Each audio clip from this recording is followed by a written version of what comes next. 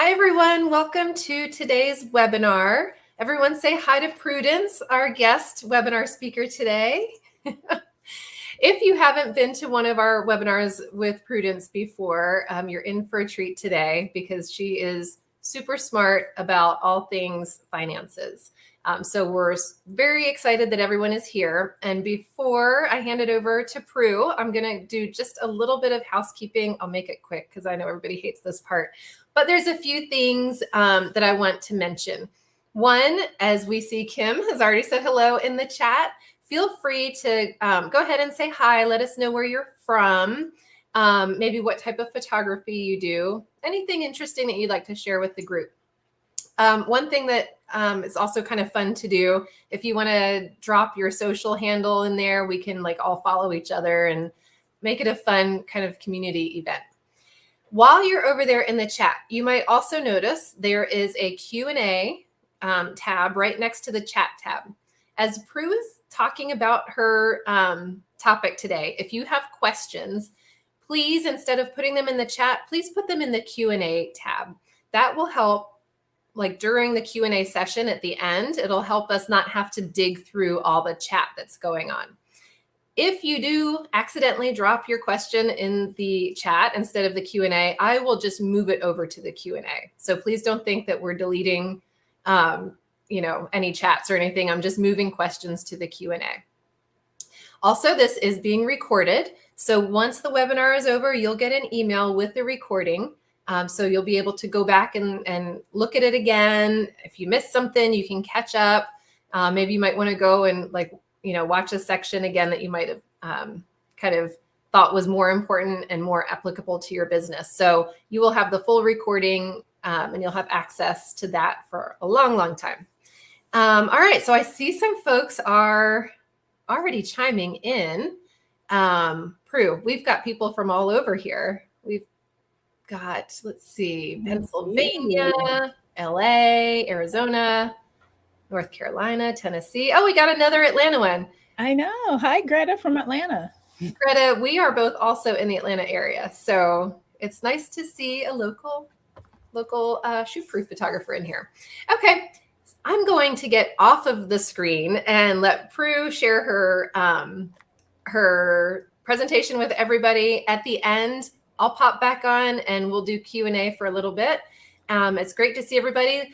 Also, shout out to New Zealand. We're international. So what time of night is it there in New Zealand? I think it might be middle of the night. I don't know. We also have Audrey also in Atlanta. So we've got folks from all over, and Canada. Okay, we're multinational now, Prue. We're all over the world. Awesome. Okay, have fun. I'm here to answer any questions and to move questions into the Q&A, and we'll see you guys in a little bit. Thank you, Prue. Awesome. Hello, everybody. It is good to see you all and good to be here again. We are going to be talking about smart tax strategies for photographers.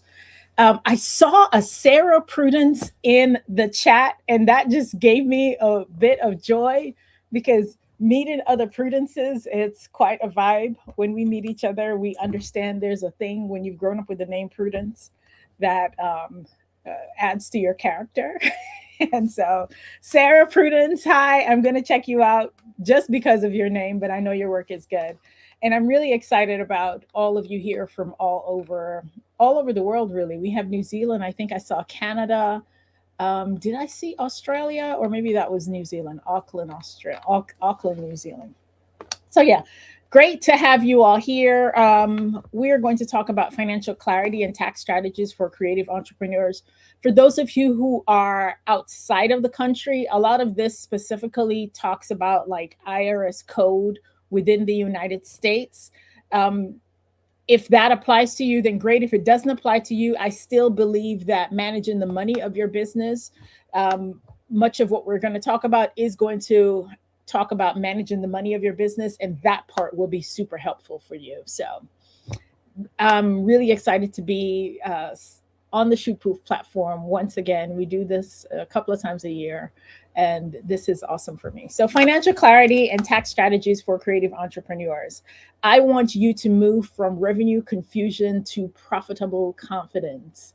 If you've ever tried to unravel a ball of wire, it is impossible. Impossible. I have tried to unravel a ball of thread. I have tried to unravel a ball of yarn. I typically give up. A ball of wire is just not within my scope of things that I want to do. But if that's what your business finances look like, just a mumbo jumbo of things, I want you to move from that space of confusion to profitable confidence. So, a little bit about me is that I help creative entrepreneurs live their best life. That's really what I do. Now, how we navigate that shows up in many ways, right? I help you to buy your dream house. I help you to drive your dream car, to go on vacations, to pay off credit card debt, to prepare for retirement, to run profitable businesses, to stay out of IRS trouble. Those are my goals. Living your best life, you define what that looks like. For some of us, that means going on vacations. For some of us, that means sending our children to specific schools, or living in specific houses, or taking care of our parents, or dressing a certain way. You determine what that looks like. And all of us here have the audacity, the big, bold audacity, to decide that we are going to let our gift, our drive for the creative exercise, to fund the way we live our life. And so that's what I do, is help creative entrepreneurs use their gifts to run profitable businesses so that they can live their best life. I'm also a photographer. I've photographed everything from newborn, except horses. There's an equine photographer here. I have not done pets, or I've done families with pets. I've done everything that involves people. So from newborns to weddings to big family generational groups. My current love is photographing generational families. So I like to have grandma and the grown-up kids and the grandkids all in one photo. And I love doing that. So that's what I do. If you're looking for me in the photography space, you can find me at photosbypru.com. I am semi-retired from photography, but my website is still up and I still do jobs. I had 2 jobs this week, as a matter of fact. So we're going to be talking about what's happening with the money of your business. And one of the first questions that you have to answer as a business owner is this a business or a hobby? Here's what I know, is that it doesn't matter whether this is a business or a hobby. You still need to keep track of what's happening with the money of your business. I talked to someone who had a bunch of photography equipment and then started charging. And so as she's starting to charge, she realizes that now she's earned more than $400, by the way, which is a threshold for when you have to begin to report that money to the IRS as income. And so now we are going through her expenses, and she's realizing that just for last year alone, she spent close to $20,000 in expenses. And so now we need to begin to look at photography differently. Is this going to be a business, or is this going to be a hobby? Neither answer is wrong nor right. It's simply a choice. But once you make that choice, the way you approach it financially, the way you approach it in terms of how your business operates, looks very different. You now need systems. You now need structure. You need a way to deliver your galleries. You need a way to send invoices. You need a way to receive money if it's a business. If it's just a hobby, you just show up and have a good time, and that's it. But regardless of which side you fall on, bookkeeping is important. Bookkeeping is not just for taxes. It's for decisions. It's for deciding, do you have enough money to go to the next conference? It's for deciding, do you have enough money to buy the next camera or the next lens? It's for deciding whether you are going to invest in new software. That's what bookkeeping is for. And we tend to use the term bookkeeping when we're referring to business finances. And then we use the term budgeting when we refer to personal finances. But bookkeeping and budgeting are just about the same thing. Budgeting forecast is a forecasting system, and bookkeeping looks at what your historical patterns have been. But it's for decision making. It's tracking how much money came in, how much money was spent, what that money was spent on, and making decisions around those things appropriately.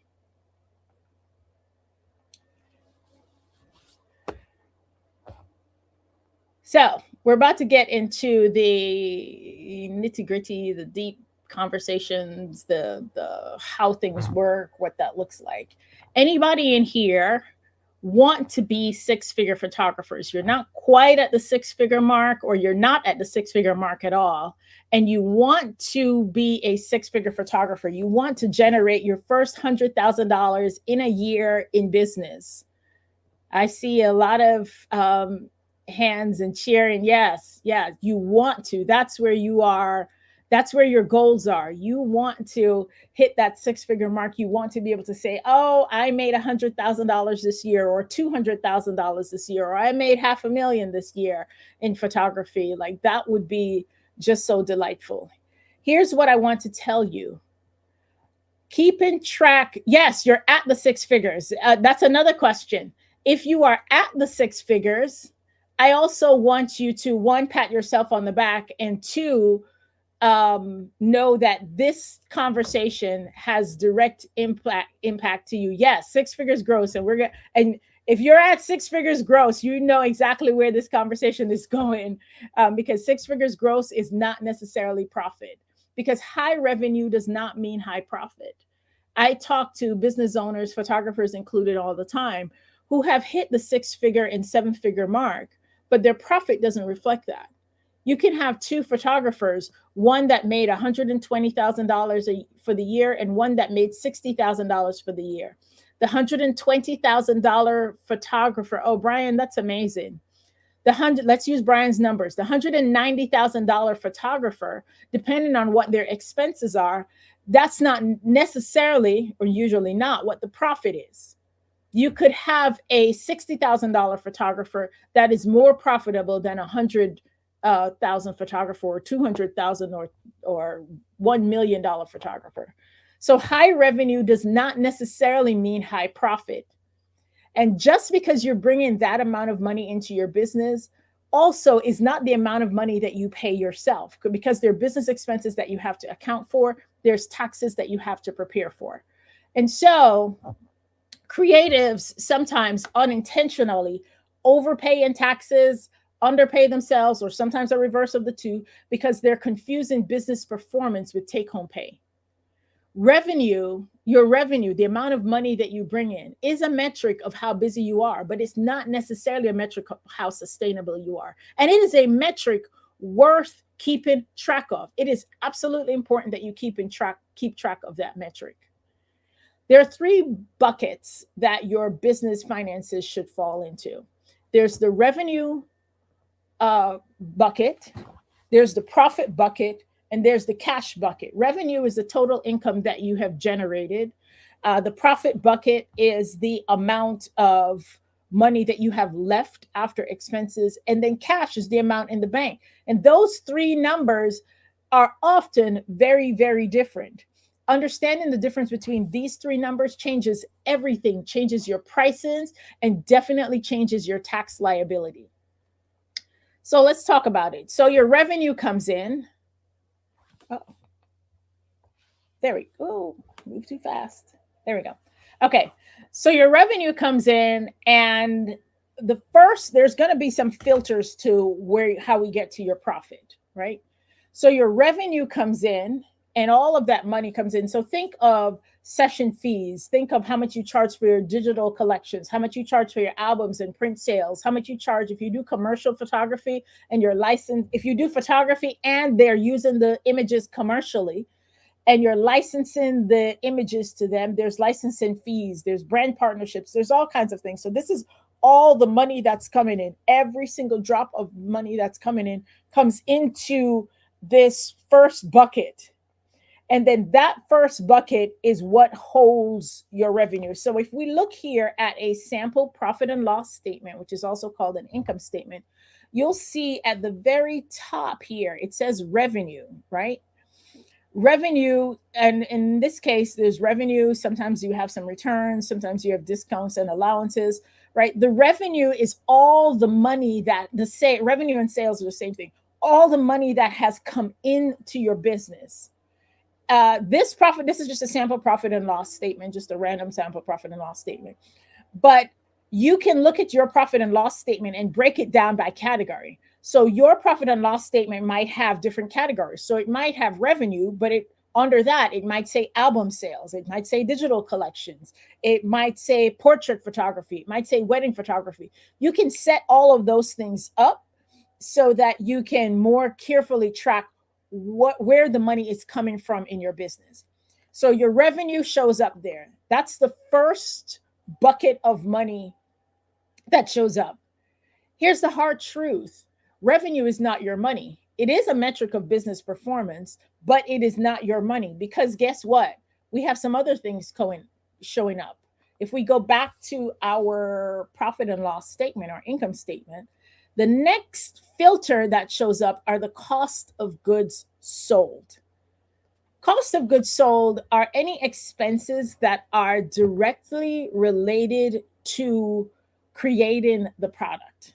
For example, if I am a wedding photographer and I've told in my wedding packages, I have said, we will have 2 professional photographers at your wedding, and we'll be there for 8 hours or 10 hours, whatever it is. And I'm charging you $5,000. Well, I'm not 2 people. I'm only 1 person. So I have to hire a second shooter.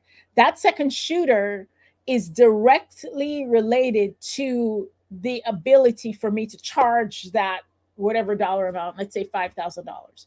And so the cost of the thing that I am selling, there's a direct line from the cost that I'm selling and this charge. So the second shooter then becomes a cost of goods sold. So if we're looking at this table here, labor is a category here, and labor would show up here, right? If we're saying, let's say we're selling an album, the album, I'm going to the client and I'm selling the album, let's say for $2,000. I'm selling the album for $2,000, but I know that I have to order the album from whatever album company makes me happy. I've got to order the album. The album then has to be shipped to me. When the album ships to me, I then repackage it in branded stuff for my photography business. And then I put little fun things in there, and then I go pay to ship it to the client, right? Or maybe I just have it drop shipped directly to the client. Either way, there's a cost of producing that album. That is a cost of goods sold. And so that cost of goods sold is the next filter that shows up. So here's what that looks like. There's the money that you collected, let's say $2,400 that you collected. And then there's production costs, the cost to produce the actual item. And then from that, then we have our gross profit. Everybody following so far? If you're following, click on any one of those reactions, and let me know if you're following me, or if you have questions, definitely put a question mark in the chat and I'll restate what I just said. Okay, yay. All right, awesome. Or you can actually type out a question and then we'll address it in Q&A. All right, so the first filter is going to be, we have revenue, and then the next filter is going to be cost of goods sold. This is what our income statement looks like. All right, awesome. Yay, I love to know. Here's what I know for sure, is that if you do not know your cost of goods sold, also called COGS, you're guessing at profit. And failure to track this distorts your pricing. So imagine that I go to a client and say, hey, yeah, I can do your boudoir shoot. I charge $500 for boudoir shoots. And yes, that does include time at the studio, and it includes the makeup artist, and we get you all cute. Yes, Brian, thank you. We make you all cute, we make you beautiful, and we take these amazing pictures. Now, I've told the client that it's $500, but I haven't looked at my cost of goods sold. So I haven't yet figured out that the makeup artist is going to cost $100 and the studio is going to cost $100 an hour. And I need the studio for at least 2 hours, 3 hours if the makeup artist does the makeup in studio. So I'm charging the client $500, but based on my cost of goods sold, I'm already only going to profit $100 from that. So keeping track of your cost of goods sold is absolutely important. And again, this is not just important for tax time. This is also important because it helps you to determine if you are running a profitable business or not. You haven't even paid yourself from that $500. And so it becomes a really, really important thing. So we have our revenue, then we filter our revenue through cost of goods sold to determine our gross profit. And now we're going to filter our revenue again. This next filter is the operating expenses. So think of things that operate generally for your business. They're not for a specific client or a specific job. They're not attached to a specific deliverable. For example, ShootProof or QuickBooks, if you use software for your bookkeeping. ShootProof serves all of your clients. QuickBooks serves all of your clients. If you have a CRM, that serves all of your clients. If you have a studio, like a physical brick and mortar studio, that studio is not tied to a specific client. It's tied to all of your clients. And so that second filter are operating expenses, marketing, ads, insurance, education, studio rent, all of those things. So here are the filters again. We have our revenue. We filter that through cost of goods sold. We get our gross profit. Then we filter that through operating expenses. And at that point, we will get our net profit. Let's look at what that looks like on a profit and loss statement. Here we go. Revenue at the top. Everybody loves counting this number. We love seeing, oh man, we're going to use this business here. I made $780,000 in business this year. Like that's like joyful. We love looking at that number, right? Like that's good stuff, right? Then you filter it through cost of goods sold and you're like, okay, that's kind of cool. We had cost of goods sold of $98,000. So yeah, that's fine. I still made $682,000, right? Then there are the operating expenses that show up, right? Total operating expenses, $111,000. And so now we know that our profit for this fictitious company is $58,380. So they made $780,000, but the profit is $568,000 because we had those other filters that things went through. Here's what the IRS says. The IRS says that if you have an expense for your business that is necessary or ordinary for the running of your business, then you're able to deduct it. So all of these expenses that are in the cost of goods sold, and we'll look at one of those documents in a little while, all of these expenses that are in operating expenses, all of this shows up to determine, and all of this is tax deductible to determine your profit. I want to pause here to talk about wages for a bit, right? So in this particular case, this wages says $16,500. Your wages listed here, if you are an LLC or a sole proprietorship. LLC is something you register with your state. Sole proprietorship, you're just running the business in your name. You don't have that legal liability protection. The IRS doesn't care whether you're an LLC or not. LLC doesn't make or break you as a business. It has nothing to do with taxation. It has nothing to do with the validity of whether you are in business or not. It's simply just a designation to protect liability for your business. So if you're ever sued and you have an LLC in the United States, they can sue your business, but they can't sue you personally unless, and we'll talk about the unless in just a little bit. So these wages, thanks, I love these glasses too. So these wages are wages that you pay to other people. So think of wages to your VA. Think of wages to your graphic designer. Your second shooter is directly tied to a shoot. So that person would show up in cost of goods sold. But if you pay somebody for like general operating stuff of your business, that goes under wages. Your pay as an owner shows up after profit. I'll say that again. Your pay as an owner shows up after profit. Looks a little bit different if you, yes, all your seconds are 1099. That's correct. They're contractors. And wages could be an employee or a contractor. That's a whole nother conversation to determine whether somebody's a contractor or whether they're an employee. But how you pay yourself shows up after profit. So if your business is not profitable, the other thing that can't happen is that you can't pay yourself. So if you haven't been keeping track of expenses, you might come to the end of the year and realize that you didn't make a profit. Usually what that happens is that you then look at your credit card statement and realize that your credit card balance is higher than it was at the beginning of the year. Awesome, awesome, awesome. All right, so we talked about the first filter and the second filter. And then we determine your profit. So your profit then determines, at least here in the United States, your tax liability. Because the IRS allows you to deduct any expenses that are necessary or ordinary or related to generating income, right? They don't count that.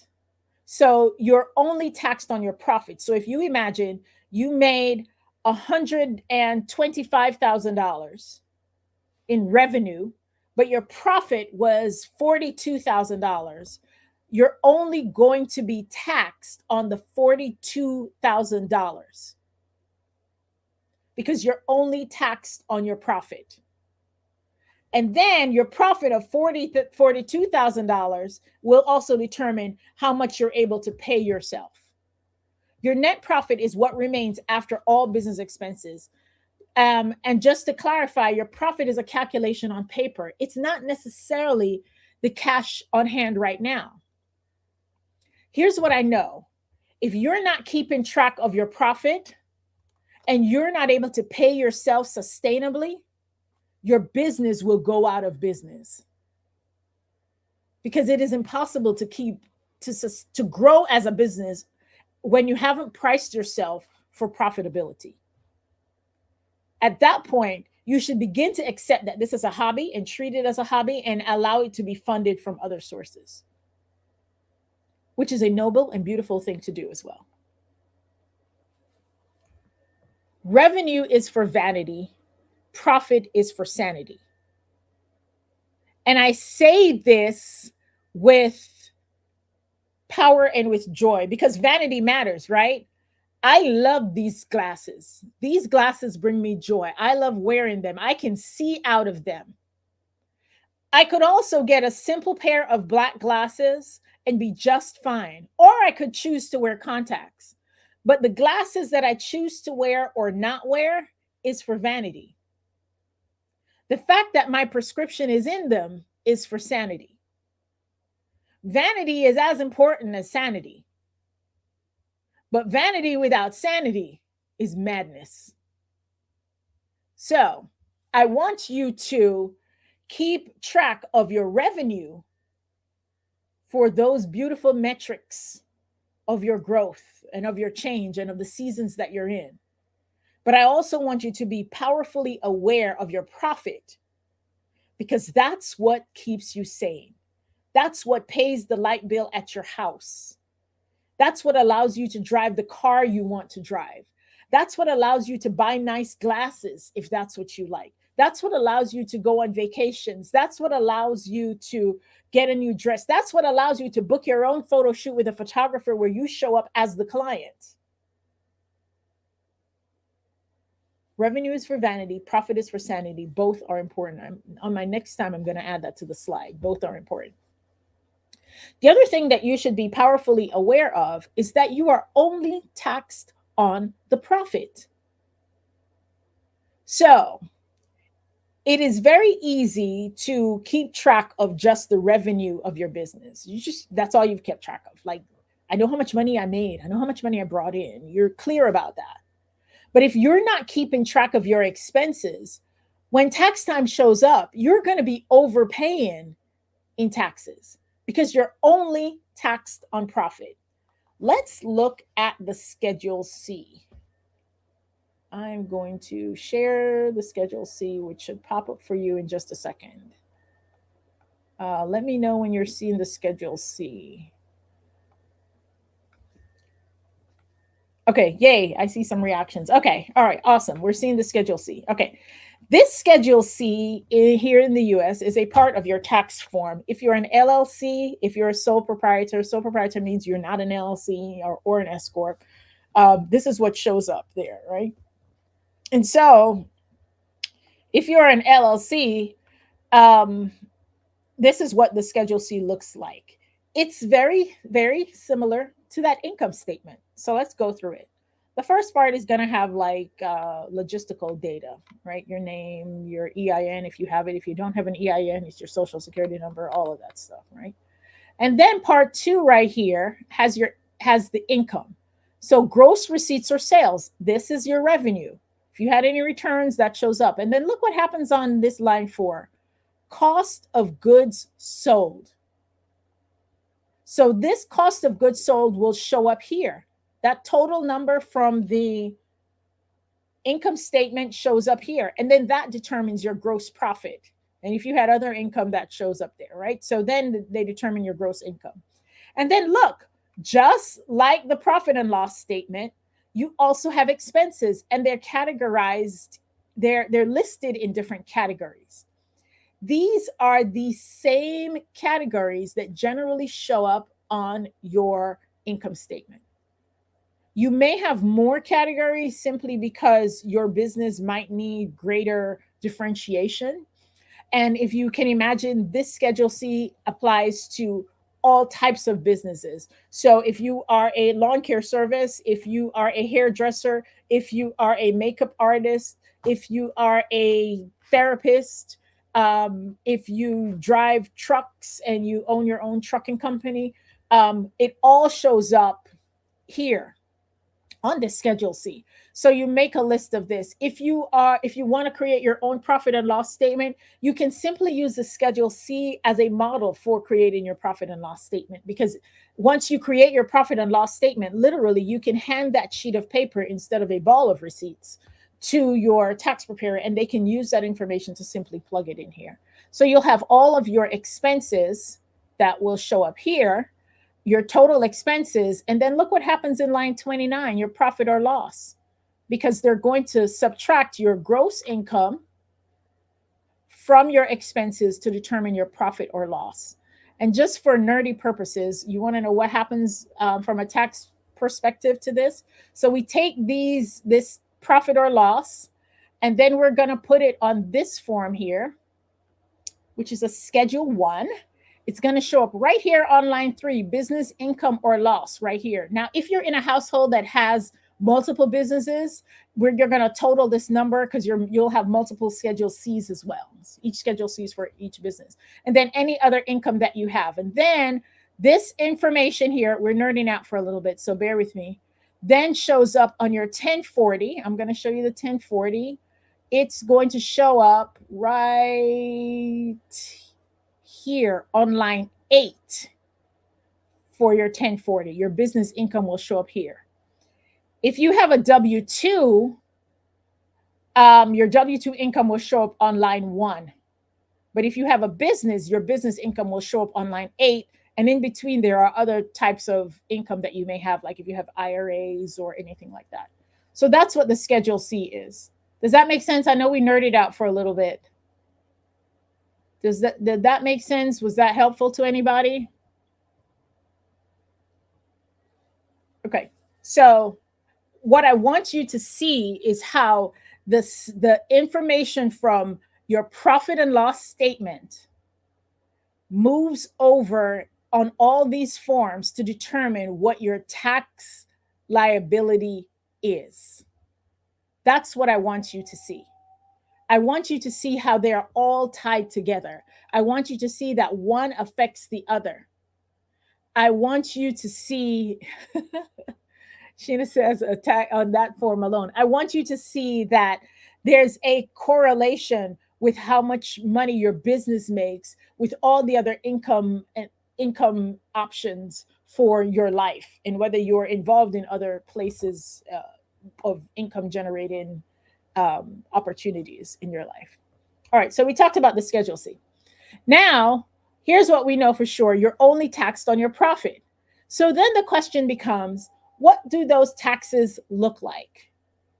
Let's backtrack a bit and look at what taxes look like for someone who is a W-2 employee, right? That means they work for a corporation, and the corporation, they're an employee, and they pay you a salary and they take the taxes out.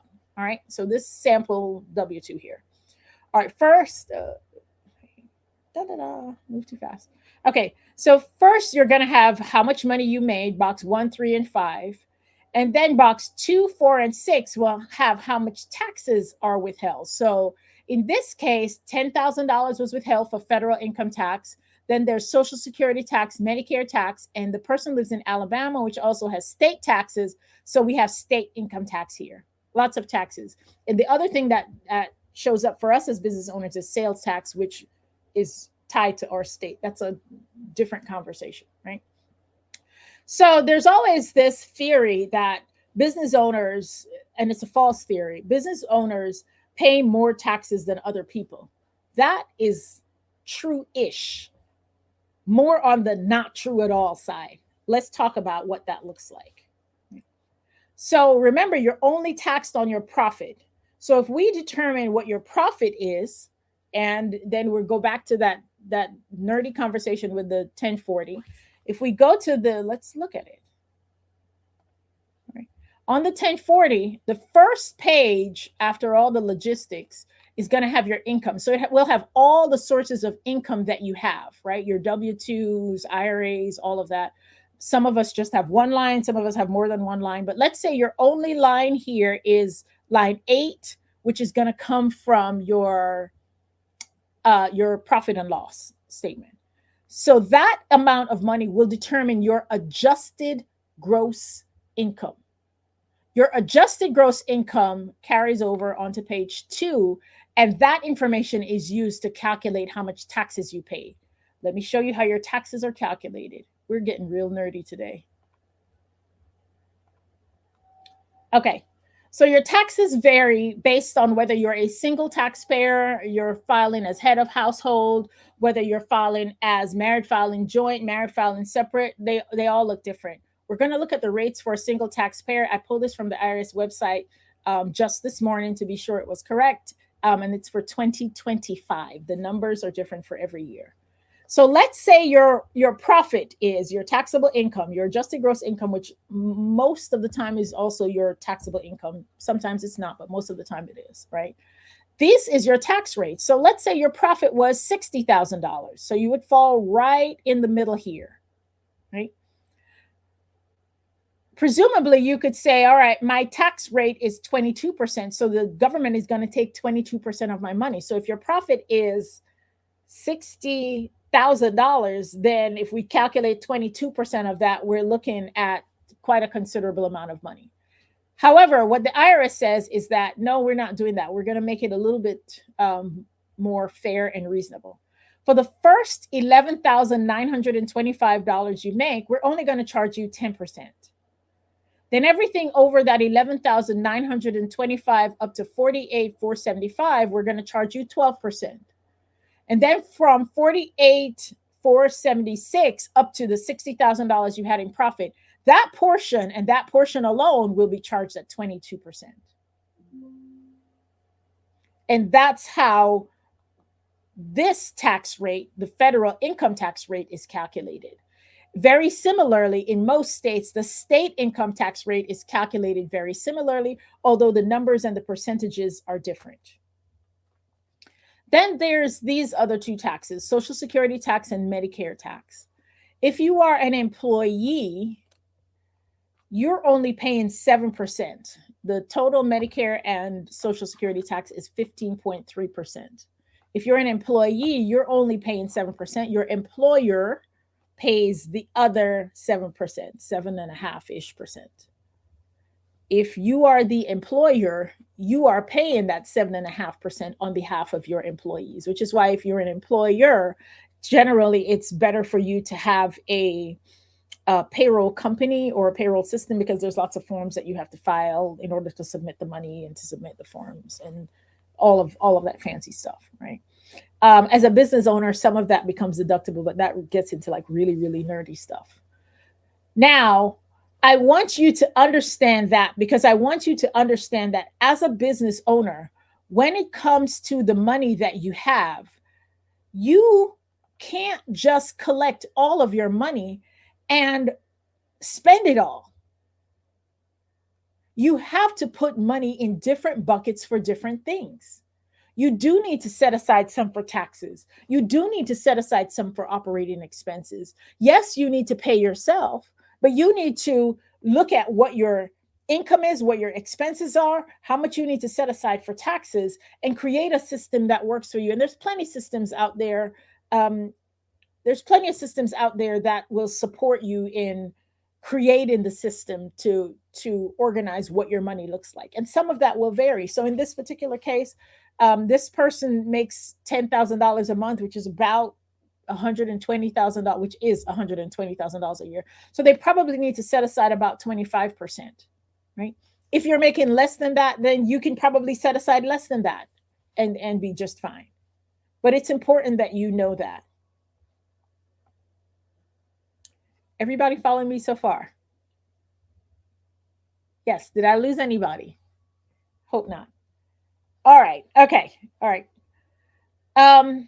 So what are some smart tax moves that you can do to make tax time more efficient in your business and to allow you to be more informed about the financial operations of your business, to really be a CFO, to really treat your business like a business, and so that come tax day, you don't get any surprises as to how much you owe, and then you're unprepared to deal with that.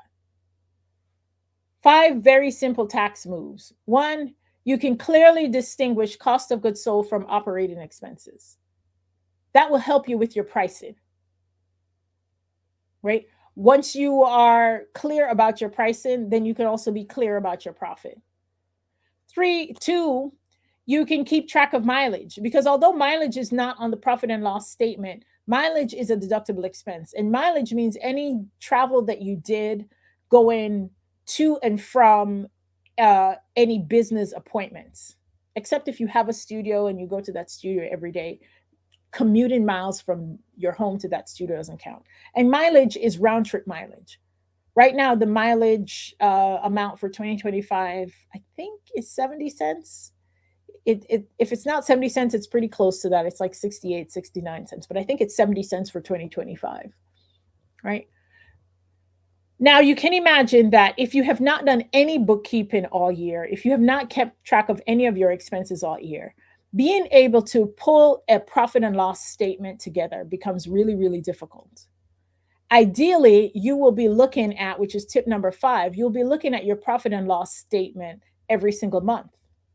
However, if you're not looking at your profit and loss statement every single month and you only do it once a year, if you've kept a separate dedicated business bank account, the process will be much easier. And so of the top 5 tips, number 3 is use a dedicated business bank account. And that applies to credit cards too. So if you're using your American Express, for example, for business and personal, it's very difficult to know which is business and which is personal, unless it's something very clear like B&H or ShootProof. But if you went to Amazon and bought stuff from Amazon for business or for personal, now you have to go comb through all of the Amazon purchases to determine whether it's business or personal. And here's the other part, and I mentioned it earlier. If you are an LLC and you are commingling your business and your personal expenses, then you are at risk of being sued personally. I'm going to say that again. If you're an LLC or an S Corp and you are using your business account for personal expenses or your personal account for business expenses and you're commingling funds, you are creating a liability exposure for yourself that cannot be negated by the LLC. So please use a dedicated business bank account if you are in that category. Set aside 20 to 30% of your net profit for taxes. of your, yes, that does apply to single member LLCs as well. Yes, that set aside 20 to 30% of your net profit for taxes. Now you're setting that money aside. Depending on your tax situation, you may have to file quarterly taxes or not. That can be a one-on-one conversation. But let's say you don't have to file quarterly taxes. At the very least, you've set this money aside. If you needed to pay taxes, then great, you have the money available. If you don't need it to pay taxes, then guess what? You can give yourself a bonus, or you can let the money sit in your business, or you can do whatever you want to do with it. But at least you have the money. It's better to have it and not need it than need it and not have it. At least that's what my grandmother would say. Perhaps the most important thing, though, is that you have the audacity, you have the courage, you're bold enough to review your profit and loss statement every single month. How much did I make? What's my cost of goods sold? What are my operating expenses? What's my profit? If you do that every single month, you will never end up at the end of the year surprised by what your numbers show you. You'll be very clear as to what your pricing is. And if you realize 6 months in the year that you're not profitable, you can say, oh, I'm going to cut some of these expenses, or, oh, I'm going to raise my prices. You get to make that decision. There's some advanced strategies. If you realize that you have some profit that you need to take care of, and I say take care of, like you need to lower your profit, there are a couple of things that you can do. The home office deduction. The home office deduction is one of those things that you can do.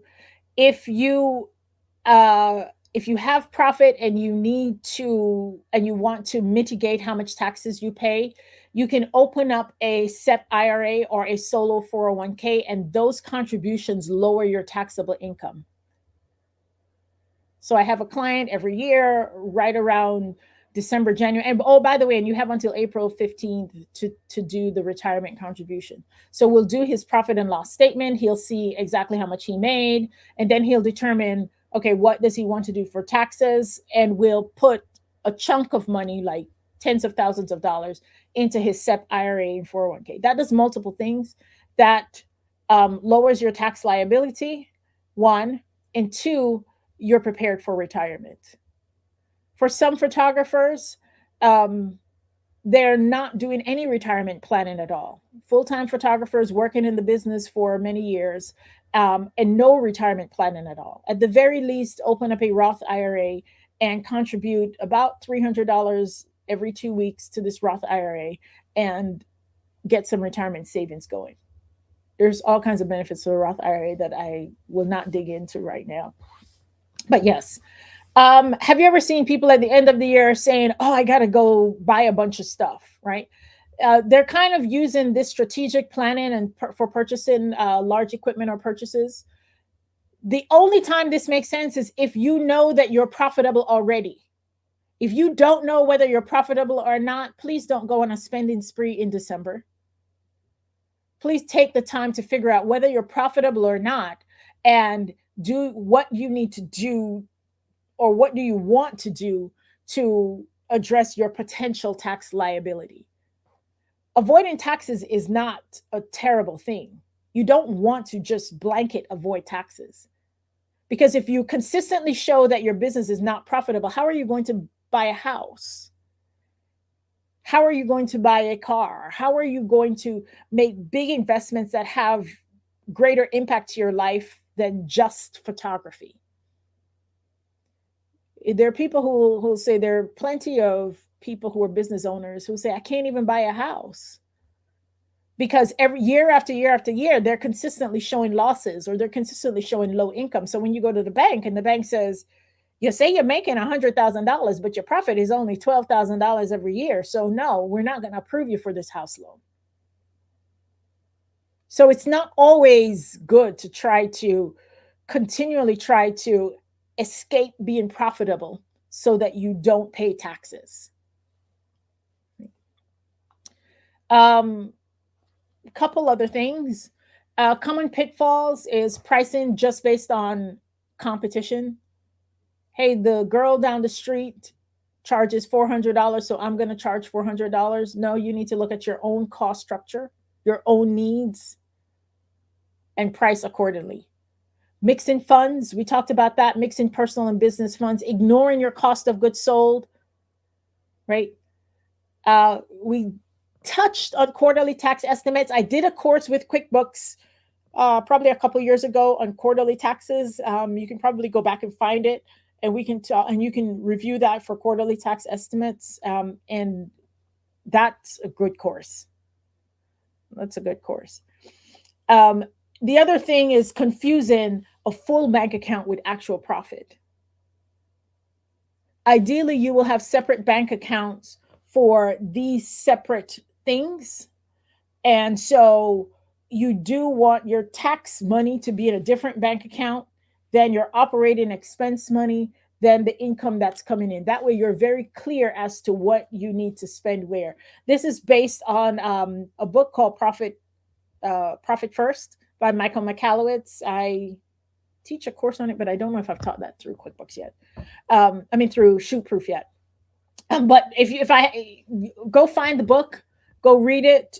There's lots of tutorials around about what the Profit First method is and how it works with you dividing your money and putting them into different buckets, so that when you look at your bank account, you're very clear. This is the amount of money I have to spend. My desire for all of you is to have clarity, control, and structure around your money. Structure will give you clarity. Clarity will help you to control your pricing, control your tax liability, control your profit. If you can identify these three places within your business and how your business operates within the way that you are as a human being, and create structure around that, you will have the clarity and control that you need. It's easy to say, we're good at the art, right? Like, we're good at capturing like beautiful photos. We're good at that. And we're good at finding reasons to go to conferences and finding reasons to go to workshops and going through YouTube University and diving deep into the craft of it. But in order for your craft to get better, to sustain you, to give you the opportunity to grow as a human being, you've got to create systems around that, because systems protect your creativity. Financial clarity isn't just about the math. It's about sustaining your art for the long term. I am Prudence, and my goal is to help solopreneurs live their best life. I want you to buy your dream house, drive your dream car, go on vacations, pay off credit card debt, prepare for retirement, run profitable businesses, stay out of IRS trouble. I want you to live your best life. Bookkeeping is not just for taxes. It's for decisions. It's for decisions about your life. And that's why, as a photographer who went to school for finance, I decided that I wanted to form a new company called Master Your Mint, because I want you to master your mint. As much as I want you to master photography, I want you to master the money around that. You can find me at masteryourmint.com. I am on Instagram, Facebook, and TikTok-ish at Master Your Mint. If you scan the QR code, it will take you to my Instagram page. You can follow me there. If you would like to have a conversation with me about your particular details, we're going to take Q&A in a second. But if you have questions that are more deeply specific to you, you can always book a call on my website. There's a link that says book a call. The first call is just a few minutes, and we kind of just talk about what's happening in your life and determine if I can support you to get greater clarity. But I love what I do. And I love what I do for creatives because I get to see you flourish as a creative because you know that the business back end is good. All right, let's take some Q&A. I'm going to stop screen sharing. I always feel so much smarter after watching one of your webinars. You're so good, Prudence. I love it. Oh, love it. I think like so good that there's only a few questions because, I think everyone was rapt and like paying attention. So there's a few questions. I'm sure people will drop a few more in as we go. Yes. There was a question I saw as I was going along. I think Holly asked the question, does that apply for single member LLCs as well? I think you were asking about commingling funds. Yes. It doesn't matter what kind of LLC you have, whether it's a partnership or whether it's just you, commingling funds matters. So number one thing to not do is commingle funds. That's actually, Tamara also asked a question. If my husband makes 200,000 and I only make 30,000, is our money lumped together and we have to pay the higher tax bracket, or can my 30K be taxed at the lower rate?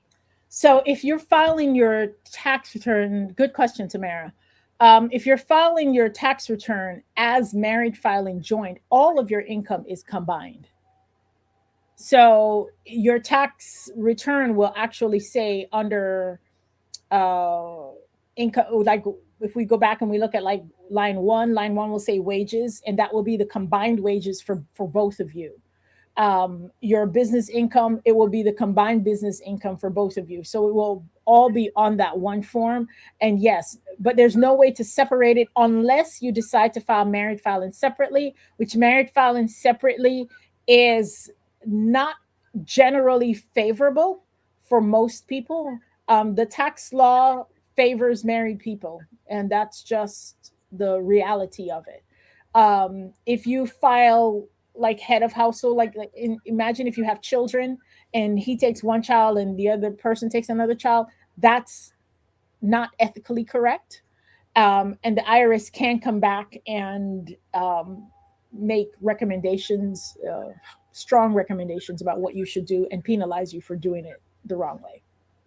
So yes, but your income is combined on the tax return. Okay. Victoria says, do you need to separate expenses? My accountant has me give him a total number, including labor, subscriptions, gear costs, etc., just a lump sum of business costs. Yes. I believe that you do need to separate expenses. One, for your own personal clarity, right? And two, if you go back on the Schedule C, there's a little box that's kind of ignored a bit. At the very top where they're asking for the logistics, I'm looking at it real quick. I'm going to share my screen so you can see it.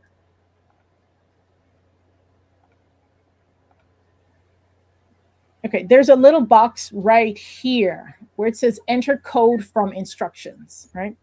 And what happens in this box is that the IRS asks, there's a list of like all different types of businesses, and there's a code for your type of business.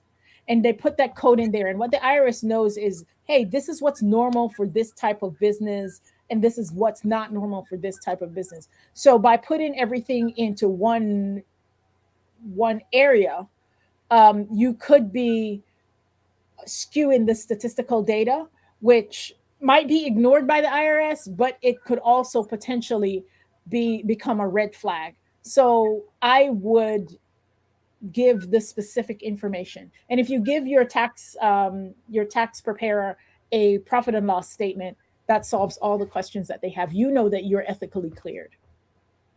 Okay.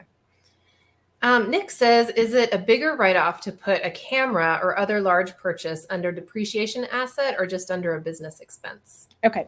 So depreciation, first of all, let me explain depreciation. Imagine that you purchase something, let's say for $5,000.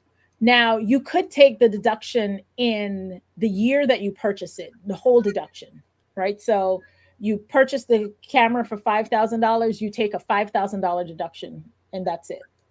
Or you could say, I am going to take this deduction, instead of taking a $5,000 deduction in one year, this camera is good, is useful to me for the next 5 years, I'm going to take $1,000 in deductions over the next 5 years. So $1,000 each year.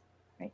The question of whether it's good or not to take the depreciation, and that's called depreciation. You're depreciating it over each year.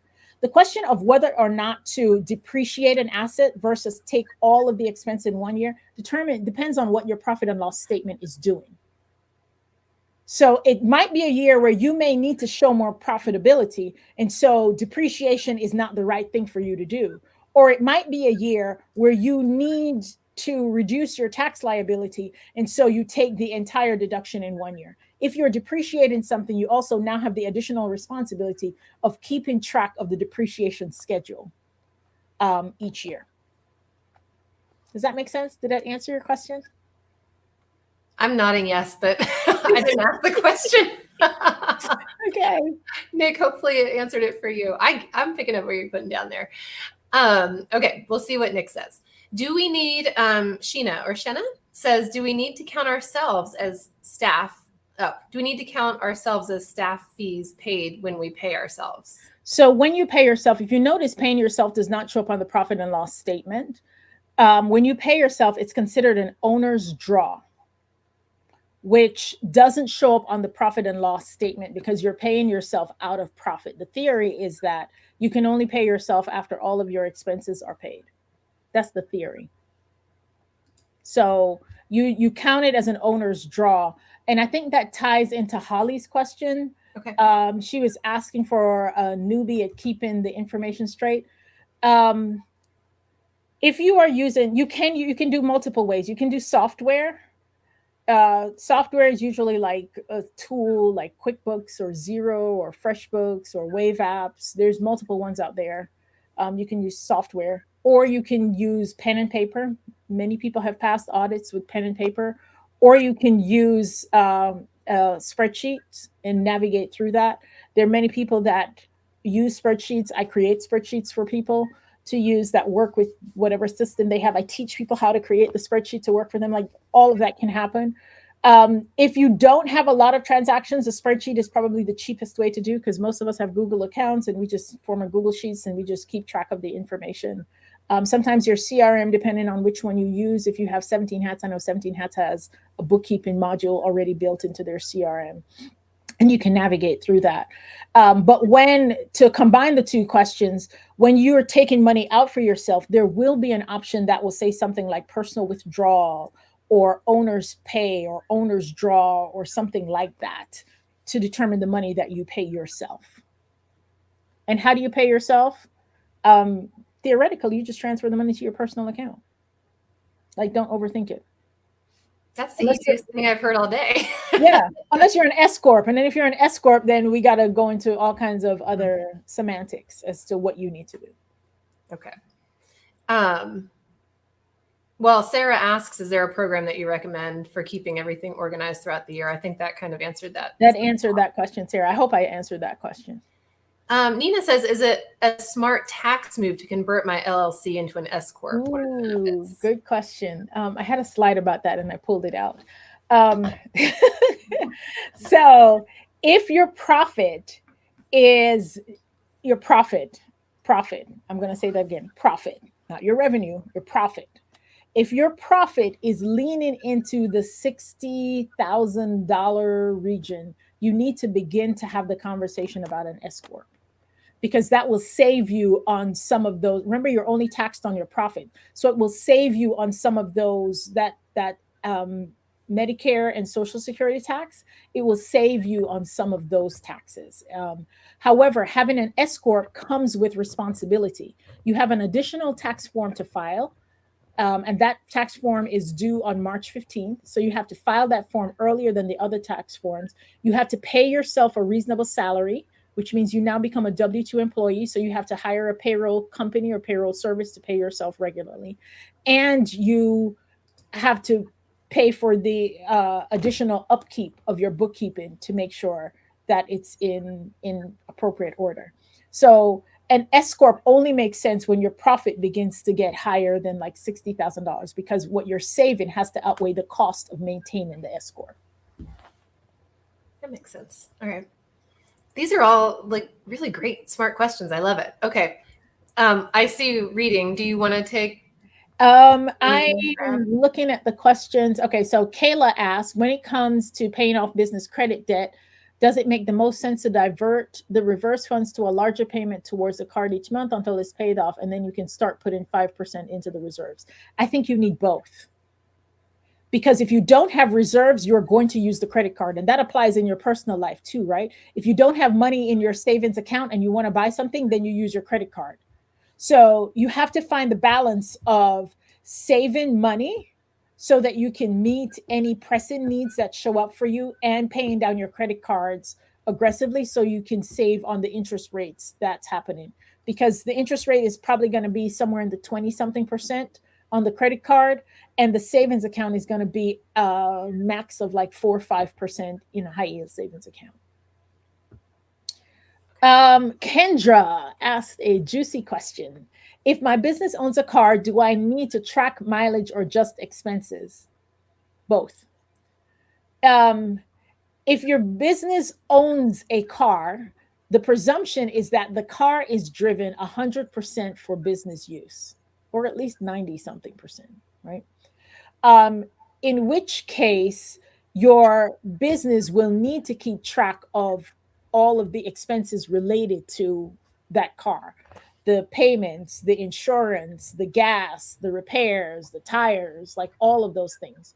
You also need to keep track of mileage, because the IRS likes to know what percentage of a vehicle is used for personal use and what percentage of a vehicle is used for business use.